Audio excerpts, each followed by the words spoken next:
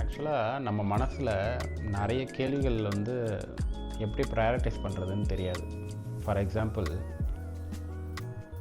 டேய் flight ticket book பண்ணணும்னு சொன்னியடா, பண்ணிட்டியா? டேய் பேங்க் இஎம்ஐ இன்னொரு லாஸ்ட் டே தெரியும்ல.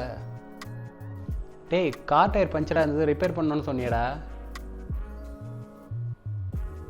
ஏன்னா இன்டர்வியூக்கு நிறைய ப்ரிப்பேர் பண்ணணும்னு சொன்னிய, பண்ணிட்டியா இல்லையா?